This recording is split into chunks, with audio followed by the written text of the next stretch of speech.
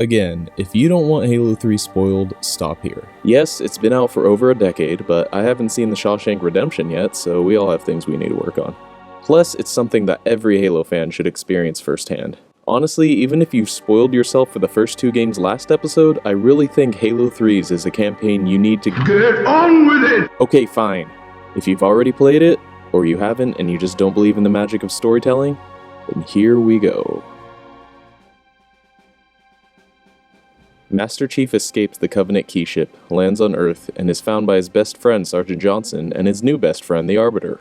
They regroup with the local human resistance in East Africa, where the Covenant is now digging out a Forerunner artifact that everyone can only assume is the Ark. Commander Miranda Keyes, yes relation, has Chief punch a hole in the Covenant AA line so their ships can attack the Prophet of Truth's key ship. Chief does so, but Truth activates the artifact as the attack begins. It creates a portal that the Covenant retreat into right as a flood ship from the now infected High Charity crash lands. A fleet of Separatist elites follow it in hot pursuit to decontaminate the landing site. They also tell Chief that Cortana may be aboard the flood ship. Chief finds a storage unit that only contains a message from Cortana. That message being that the army of Flood aboard High Charity is on its way to consume Earth, and that through the portal there is a way to stop the Flood without firing the Halos. Chief trusts Cortana, so he convinces Fleet Admiral Plato Hood to let him and Miranda's new ship, the Forward Unto Dawn, go with the elite Separatists to fight Truth and find Cortana's solution. They enter the portal and emerge on the other side to have the sickest space battle to ever not appear on screen. Shipmaster, they outnumber us 3-1. Then it is an even fight. Truth's fleet lies in ruin. And land on what they now know is actually the Ark, a giant space starfish that serves as the foundry for the Halos and resides in deep, deep space. Halo 3, Halo Evolved. Chief finds the Ark's cartographer and locates Truth in the control room. They deactivate the control room shields, but Johnson is captured by the Covenant. Then High Charity comes to fuck up everything. Chief fights through the remainder of the Covenant, but not in time. Miranda tries to rescue Johnson herself, but Truth kills her, then uses Johnson to activate the Ark and, remotely, all of the Halos. To stop the firing sequence, the Gravemind joins Chief and Arbiter in a temporary human elite Flood alliance. But once they kill Truth and deactivate the Ark, the Gravemind turns on them. Chief and Arbiter escape, and then discover what the Ark has been working on recently. A replacement for Installation 04, the first Halo. Chief plans to activate it to stop the Flood, but in order to do that, he needs the Index, which Cortana still has from the original 04. Chief then infiltrates the crashed wreckage of High Charity and finds Cortana. Reunited, they escape and leave High Charity self-destructing in their wake. When they arrive at the new Halo, Guilty Spark informs them that it will be ready to fire in a few days. Since they can't wait that long to stop the Flood, Johnson attempts to activate it anyways, which will destroy the newly built Halo in the process. The thought of losing another ring enrages Spark, and he kills Johnson to stop him. Send me out with a bang. That still hurts. Chief kills Spark in turn and activates the ring. The activation shakes the Halo apart and heavily damages the Ark right in the moment when the Forward Unto Dawn enters the portal, with Chief and Arbiter on opposite sides of the ship. The portal's collapse splits the ship in half, sending Arbiter's half back to Earth, and Chief's half drifting through unknown space. And that's Halo 3's story in a nutshell. Your big green machine lost in space who has just saved the galaxy for the second time with your blue VTuber GF. Heck of a story for sure. But this is a game, where's my gameplay? Of course, the core gameplay loop in the Halo FPS is to shoot aliens before they shoot you. But even in that reduced summary of a statement, there's still so much to dissect about what makes Halo different from other games. Instead of having just one basic enemy to kill, you have multiple races among the Covenant, and of course the different forms of Flood. The aliens that make up the Covenant were created with fun in mind first, but the writers didn't half-ass their design either. The grunts are your basic cannon fodder, easy to kill but plenty of them. The brutes are strong, better shielded, and more heavily armed. They fulfill leadership roles in squads, which means if you kill them first, the underlings scatter. Jackals serve as the defensive enemy with a weak spot in their directional shield and as snipers. Drones are airborne swarms, hunters are heavy infantry with weak spots on their back. Already these enemies are shaping up to be a fun variety of bad guys to blast through, but then you realize that some of them have different ranks which give them better armor and weapons. The squad makeup can vary as well, changing and balancing to make the most out of their environment or importance to the story. Now take a look at the gunplay. Sure, you've got your basic bullets like any shooter, but Halo has more than one type of damage. Plasma works better against energy shielding, but takes longer to burn enemies to death than ballistic weapons. And then there's the Needler, which launches heat-seeking explosive needles at the enemy. When there's enough needles in one target, you get a super combine. Now throw vehicles in the mix, then remember that there are 4 difficulties ranging from easy to legendary? Whew! And that's just scratching the surface. For a game about shooting aliens, yeah, that's a check. That might sound like a lot to handle all at once, but anything you play too much can get boring after a time, and you will play it too much. Bungie didn't want fans to get bored with the campaign too quickly, so they made skulls. Every level has a hidden skull that affects the game somehow when they're found. Halo 2 only had them as Easter eggs, but fans loved the challenge they brought to the game, so in Halo 3 they became an integrated part of the experience. After you find a skull, you can activate it from the campaign menu. These skulls change a variety of gameplay elements, from funny dialogue to ridiculous enemy buffs. Not challenged enough by the legendary difficulty anymore? Turn on Mythic. Don't want the pesky information in your HUD getting in the way? Turn on Blind. Want your shields to stop recharging until you punch someone? Black Eye. Even now, masochistic players will challenge themselves to lasso runs. Legendary all skulls on. What was once a fun little gimmick is now a way of life. Check and check. There's still a lot to unpack about this game, but I don't have room in the script to do this anywhere else, so let me just gush about some campaign praise, because 14 years later, I am still in love with this shit. Right from the beginning, look at how enchanting this intro is. You don't know what's going on yet, but you can actually feel it imprinting in your brain as a core memory. Cortana talking to you about the past because she already knows that this game is going to be half about her, the key ship coming down to Earth like a shooting star, the flutes, which, okay, there's flutes in Halo now, Chief separating away perfectly on cue. Why does it go so hard? Chief just grabbing the assault rifle like I haven't seen one of those in 6 years. Gimme. Look at that loading screen. Look at it. The sheer brutality of these brutes, man. Like, I get that it's in their name, but brutes are going around this game straight up executing dudes because they think it's fun. Perfect enemy. The set pieces in this game are truly awe-inspiring. Previous Halo games have never gotten close to the sheer volume that Halo 3 has, and few games of the same era could even compare. Combined with the noticeable focus on power weapons to complement the challenges you're facing, and this campaign just don't quit. Look at how cool Chief is just casually stepping into this Pelican Bay. This is an overlooked moment of cool guy history. The Flood call the Master Chief the Armored Casket, and I'm not sure if I should be scared or flattered. Did you know that 4-player co-op is the canonically correct way to play Halo 3? This campaign was built with 4 players in mind, and it's actually the only Halo game with 4 players available to play campaign locally. Player 1 gets to be the Chief, Player 2 gets to be Arbiter, and 3 and 4 get these red and blue elites whose lore legacies are carried on in the book Halo Hunters in the Dark. You can't forget the terminals. Bungie combined campaign collectibles with even further storytelling here, using the terminals found on the Ark and the Halo to tell the first story of the Didact and the Librarian, in a medium that harkens back to the days of Marathon and telling the story through text. Deep lore given for free to hardcore fans and achievement hunters alike. Arbiter saying, This is our fight, and I will see it finished. Yeah, Arby, finish the fight in your own culturally unique but still badass way. How about the references to Nyland's Fall of Reach littered throughout the game, in both the Cortana flashes and in Truth's speech in the level Crow's Nest? These references not only work artistically as bookends to the series, but they also act as a love letter to the fans. Those who recognize the quotes would be assured that the amount of love and effort Bungie put into this game is tremendous. Speaking of bookends and parallels, this game is full of them, both within the campaign and in reference to previous games.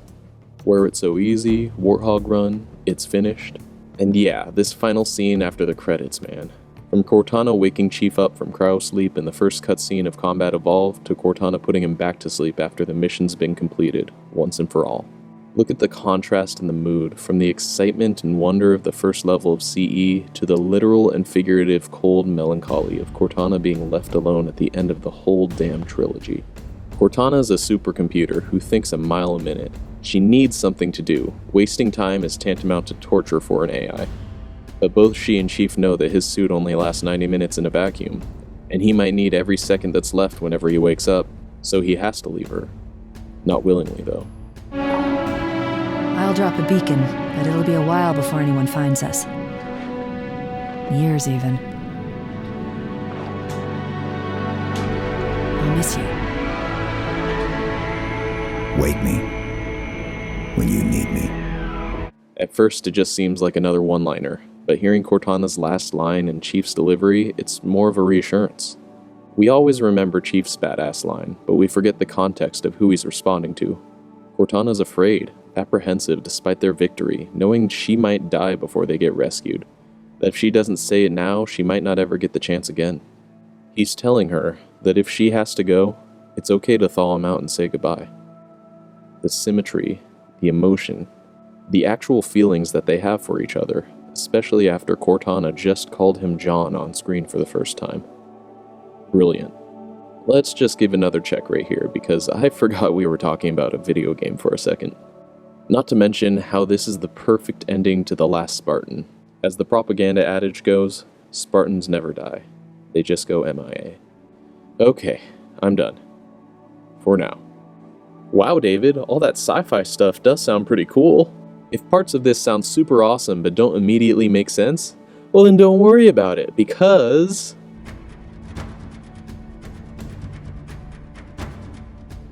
You've probably heard of the rule of cool before. It's more of a tool for game designers to bend the rules or logic of their world in order to allow players to achieve remarkable feats that make for a better game. And in a game where you play as a genetically enhanced superhuman in futuristic armor, this rule comes practically built in. So it's simple for writers and designers to work together and make the game seamless.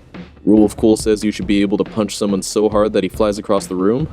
Writers say, well, he's been bionically engineered to the point that that's totally possible. Gotta save not only humanity, but the entire galaxy from being wiped of life? Chief's tactical mind can find a solution to any dilemma, so that'll be cake. Chief can literally never die because he's a video game character? From an in-universe standpoint, that's some crazy bullshit that a supercomputer AI can only chalk up to luck. But it is explained nonetheless, because in video games, when the rules interfere with fun, you bend them. Some point to the instances where the rule of cool was enacted and accuse Bungie of leaving plot holes. Sure, some parts of the story might feel like a stretch to the nitpicky fan, like the Flood showing up on Earth, Johnson's capture, or the Forward Unto Dawn being parked so far away that you need a warthog run to get to it, but all this is just the rule of cool in action. It boils down to a game of would you rather. Would you rather play a game devoid of Flood until the very end all of a sudden? Or fight the Flood on more than one occasion and space those occasions evenly throughout a balanced campaign? Would you rather leisurely fight to the control room without any pressing time limit, knowing that Truth can't activate the Ark without a human, or fight hard and fast in order to not only stop the Ark from firing, but also save Johnson's life? Would you rather strut over to the Forward Unto Dawn conveniently parked right outside of the control room, or have an epic warthog run across the exploding skeleton of a new Halo and jump on the ship just in time to escape with your life? From a game design standpoint, these choices were obvious. Developers should make the better, more fun game over the safer game. Not that it needs to be said, but Bungie still made an active effort to explain potential plot holes in one way or another, either subtly in details of the campaign or in expanded lore when it wouldn't fit in the game.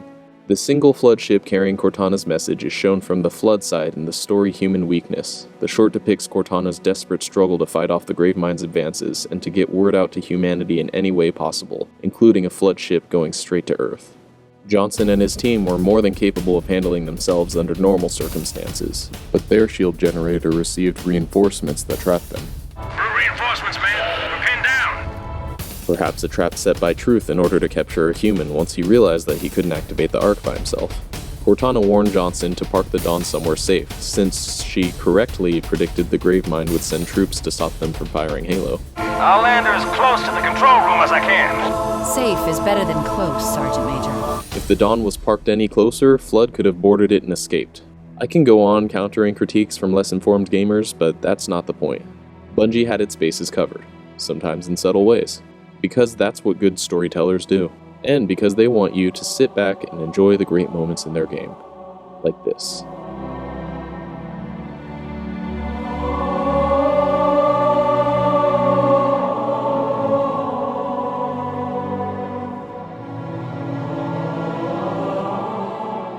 The Halo series has always put an emphasis on environmental art since the moment you stepped off the lifeboat and combat evolved. But Halo 3 is literally a collection of works of art. Literally in the literal sense, as in not figurative. Oh, you still think I'm joking here? This is a screenshot from the backdrop of the level Savo Highway. Please take a moment to appreciate the detail put into a simple background. Outside of the story, it depicts the beauty and terror of aliens invading Earth and uncovering an ancient artifact humans never knew existed on their home planet. And the settings. How many of you can honestly say you knew that in the first level you were walking in the shadow of real-life volcano Mount Kilimanjaro? Zero, because I didn't even notice it until I was looking at a map of real-life Africa to compare it to the game. Pay attention to the composition of some areas next time you play. A good rule that I use to enjoy the art in Halo 3 is to always look up whenever you enter a new skybox. After you land on the Ark, your eyes are drawn to look across the flat desert to the jagged mountain peaks beyond, and those peaks draw your eyes up to the sky to see the Ark's artificial sun. And then past that, wait, is that the Milky Way? Hey, focus. We got a job to do. Right. Even from the first teaser trailer, you can see it if you know where to look. The ruins of the orbital elevator give Halo vibes and foreshadow the return of the first Halo installation, as well as echo the destruction of the initial ring.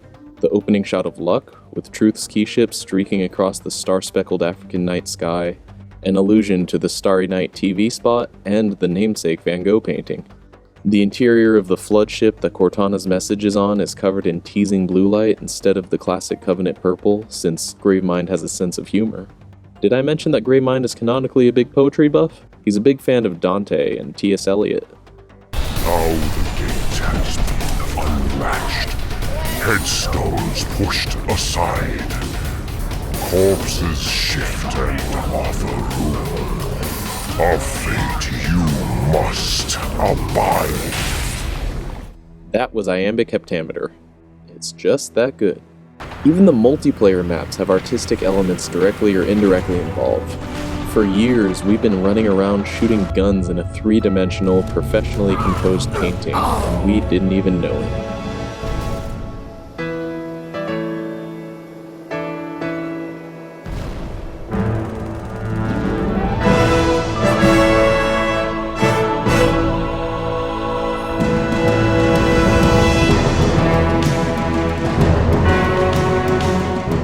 That felt good, huh? You know why? It's not only because of the beautiful imagery in front of you. That song is called This Is the Hour, composed by Martin O'Donnell, and featuring the triumphant Halo 3 motif and the iconic Halo theme in the same song. When you close your eyes and imagine your favorite game, you can probably think of some clear imagery, but you absolutely remember every detail of the game's music. Songs have been a staple in gaming since the beginning, where sound was used to give the player information about the game, like what's happening with your objective or when the enemy is moving. Throughout the years, it has evolved to further affect the player's emotions and energy. Nowadays, every AAA title has a soundtrack, so it only makes sense that the best game of all time would have the best soundtrack of all time. Marty O'Donnell and his best bro Michael Salvatore created the musical body that is the Halo 3 OST together. O'Donnell, who's been working for Bungie since before Combat Evolved, was the lead composer and audio director for every Halo game until 343 took over. He composed the original Halo 3 theme. You know, the ones high schoolers used to sing in the bathroom. Well, for Halo 3, Mike and Marty knew that they had something big on their hands, and they weren't going to let a single track go to waste. They completely revamped their process, deciding that they would not simply make songs for Halo, rather they would score this masterpiece. Step 1. Introduce the piano as the game's main instrument. Step 2. Hire a 60-piece orchestra and a 24-voice chorus. Step 3. Rain fire. This soundtrack was vastly different from any Halo music before, maybe any video game before, in terms of range, ambition, and epic proportion. Beginning with a variation on the previously mentioned This Is the Hour, the first Halo teaser saw the old Halo music combined with the rich color of the new Halo 3 score in Finish the Fight. I want you to understand this. The way most people felt when they heard the Star Power-Up song in a Super Mario game is the way Halo players felt when they heard the Mjolnir Mix Halo theme, Invincible. All of a sudden, that theme is being blasted at you by a full orchestra while Master Chief walks out smoke with a classic assault rifle on the Discovery Channel? Better than sex, drugs, and money. At the same time. There's still quite a variety in the mood of the tracks, like Luck, which conveys softer emotions of wonder and curiosity, or Farthest Outpost that just oozes with cool, perfectly matching the moment in the game. The placement of the tracks is no coincidence either. Instead of simply activating a song when you hit an invisible wall like a lesser game might do, Marty worked with level designers to create a novel system of zones in each level where music would loop and play different variations until the next area was reached and the current track could develop, play out, or fade into the next. What gives, Marty? Why all the innovation? How come this game sounds like nothing ever before? I think that much of it comes from O'Donnell's philosophy of Bungie's place in the media landscape. Bungie should be creating culture, not being influenced by it. Well said, Marty. If only some people listened. While he put 110% into making the freshest video game music ever, he also knew that Halo 3 wouldn't be in the position to accomplish what it did without its past. Naturally, themes returned, like the original Halo theme, an individual character, or emotional themes. Throughout the series, snare drums are used in moments of calm, the choir comes in at the reveal of a Halo, and specific chords will correspond to characters and be played on different instruments to match the current emotion. A personal favorite is the continuation of the Floods theme, which is the exact same music that leads up to your night terrors. Even though it's just the same note over and over again, it just keeps getting worse. Just like the Flood. While Marty was an amazing composer, we can't forget that he was in charge of the entire sound department for the Halo games, and thus had a big part in its overall creation. He's the one who suggested killing off important characters to make the end more impactful. Miranda and Johnson are gone, so could you be next? He also had the idea for maybe one of the most creative secrets in the game, a secret that was only recently unearthed. The only skull that's not just lying around waiting to be picked up is the IWHBYD, or I Would Have Been Your Daddy's skull.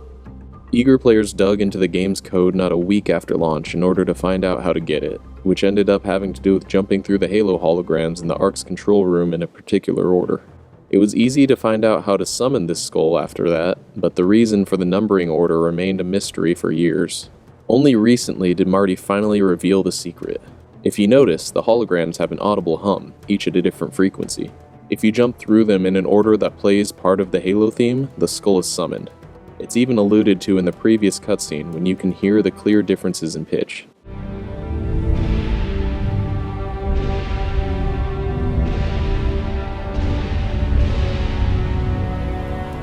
It all seems so obvious now. Marty is a genius to the gaming community. He knows just how to satisfy the customer in ways we didn't even know we wanted. Like his music, he's excellent, powerful, and reassuring. Another good quote from Martian given to soothe any worries during Halo 3's development. The Master Chief is still green, Cortana is still blue, and so you're going to hear the monks and the cellos.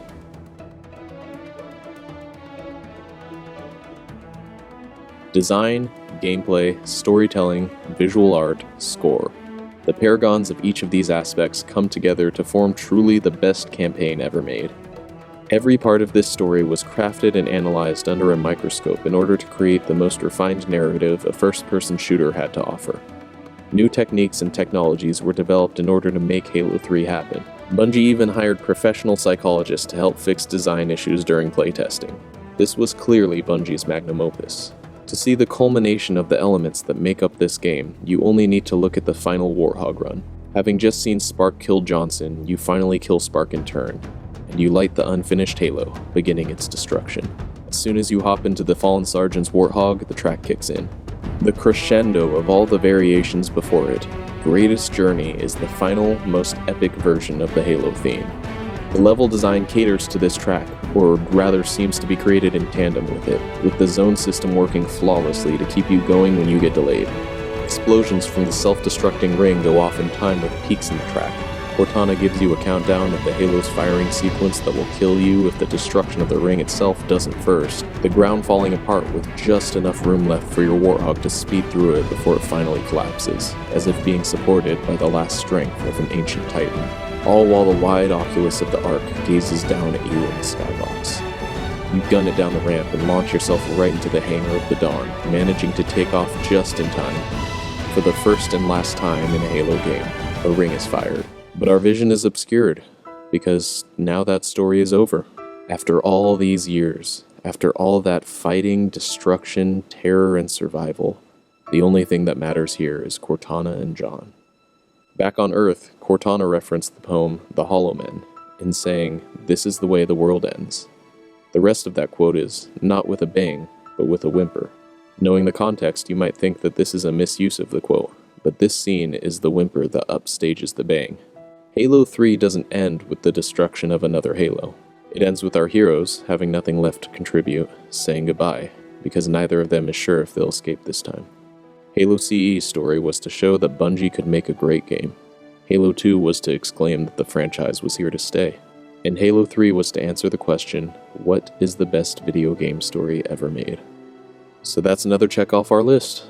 But clearly there are more qualifiers for the best game besides the story. After all, this is a video game. You're dealing with emotions of excitement and empowerment. Leave that sappy stuff for a book or a movie.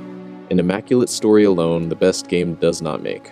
Well, what's left, I hear you ask? Surely with how amazing the campaign was, Bungie didn't have enough budget or willpower left to add more to the game, right? Oh, buddy. That was only the first option on the main menu.